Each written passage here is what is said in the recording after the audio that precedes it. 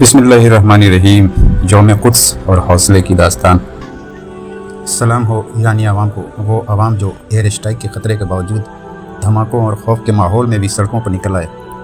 वो आवाम जो असलहों की फ़ौज के सामने सीना तान के खड़ी हो जाए, मकसद हुसैनी लेकर सड़कों पर आ जाए। यौम कुद्स के दिन लाखों लोग जब मज़लूम फ़िलिस्तीन की हिमायत में बाहर आए तो दुनिया ने देखा कि ईमान की ताकत किसी भी सुपर पावर के खौफ से बड़ी होती है। एक तरफ फ़ज़ा में धुएं के बादल उठ रहे थे, कहीं ज़ख्मियों की आहें भरी थी, कहीं एम्बुलेंसों की आवाज़ें गूंज रही थी, लेकिन दूसरी तरफ एक अजीब मंजर था। जैसे ही कोई धमाका होता उससे ज़्यादा बुलंद आवाज़ में अल्लाह अकबर की सदाएँ गूंज उठती थी। ये सिर्फ एक नारा नहीं था, ये एक मैसेज था, एक पैगाम के ज़ुल्म के सामने झुकना अहले ईमान का तरीक़ा नहीं है। ये वो लोग हैं जो जनाब क़ासिम अलैहिस्सलाम के हकीकी चाहने वाले हैं, वही जिन्होंने करबला में मौत को शायद से ज़्यादा शीरी समझा था। आज 1400 बरस बाद जब हम ईरान की सड़कों पर यह मनाज़र देखते हैं तो ऐसा महसूस होता है जैसे करबला के वही जियाले दोबारा ज़िंदा हो गए। सलाम हो इन लोगों पे। करबला सिर्फ़ एक हिस्ट्री नहीं है, एक मूवमेंट है, एक इनकलाब है, एक ऐसा पैगाम जो हर दौर में मज़लूमों के साथ खड़ा होना सिखाता है। जब इमाम हुसैन अलैहिस्सलाम ने करबला के मैदान में जुल्म के सामने सर झुकाने से इनकार किया तो दरअसल उन्होंने इंसानियत को एक लेसन दिया कि हक़ की राह में कुर्बानी देना ही असल कामयाबी है।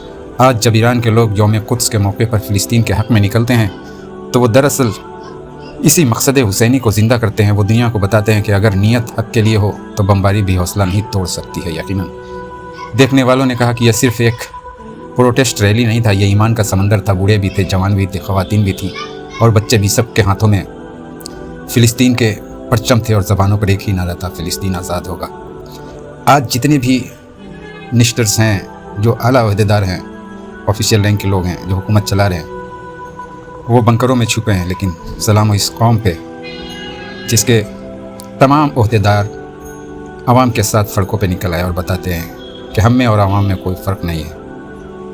वो चाहे अब्बास अरागची हों या लारेजानी हों या और IRGC के कमांडर्स हों, वो सब रोड पे नज़र आए। ये मंज़र बता रहा था कि जिस कौम के दिल में करबला की याद ज़िंदा हो उसे खौफज़दा नहीं किया जा सकता, क्योंकि वो जानती है कि शहादत शिकस्त नहीं है बल्कि एक विक्ट्री है, एक जीत है। ये जज्बा हमें याद दिलाता है कि इमाम हुसैन का पैगाम सिर्फ करबला तक महदूद नहीं रहा। आज भी जहाँ कहीं जालिम के ख़िलाफ़ आवाज़ उठती है वहाँ करबला की रूह ज़िंदा नज़र आती है। ईरानी अवाम ने साबित कर दिया कि अगर कौम के दिल में ईमान, गैरत और मकसद हुसैनी हो तो कोई अटैक, कोई प्रेशर और कोई थ्रेट उसे रास्ते से नहीं हटा सकता। आज पूरी दुनिया के मज़लूमों के लिए एक इंस्पिरेशन है, एक उम्मीद है और कि हक़ का रास्ता कभी ख़त्म नहीं होता। सलाम हो इस जज्बे को, सलाम हो इस हौसले को, सलाम हो उन लोगों को जो आज भी कहते हैं हम हुसैन वाले हैं, जुल्म के सामने कभी ना झुकेंगे। यौम कुद्स हमें वो पैगाम याद दिलाता है जो रूहुल्लाह खुमैनी ने दुनिया के मुसलमानों को दिया था। उन्होंने कहा था कि मुसलमानों यूनाइटेड हो जाओ। अगर तुम एक एक चुल्लू भी पानी फेंकोगे तो जुल्म का समंदर डूब जाएगा और इसराइल का गुरूर ख़त्म हो जाएगा। यह सिर्फ एक स्टेटमेंट नहीं बल्कि एक मैसेज ऑफ यूनिटी था। मकसद ये था कि मुसलमान फ़िरक़ों में बटकर कमज़ोर ना हो। जब सुन्नी और शिया एक सफ़ में खड़े होंगे तो जुल्म के ख़िलाफ़ एक मजबूत फ्रंट बन जाएगा।